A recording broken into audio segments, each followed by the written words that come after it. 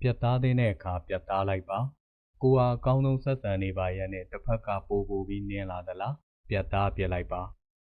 ကိုဟာအကောင်းဆုံးသစ္စာဆောင်တည်နေပါရဲ့နဲ့တစ်ဖက်ကခွင့်ကောင်းယူပြီးနားလည်မှုကိုခွင့်ရေးယူနေလားပြတ်သားလိုက်ပါကိုအခက်ခဲတချို့ကြောင့်အကောင်းဆုံးရှင်းပြနေပါရဲ့တစ်ဖက်ကတဆုံးနိုင်ဖို့ကြံစီနေတဲ့ဆိုရင်ပြတ်သားလိုက်ပါ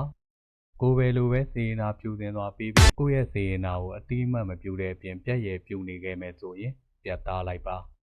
ကိုအားနည်းချက်ကြောင့်တီးခံနေတာကိုတစ်ဖက်ကအပိုင်ကင်ပြီးယုံမာလာပြီဆိုရင်ပြတ်သားစွာဥပက္ခပြုလိုက်ပါ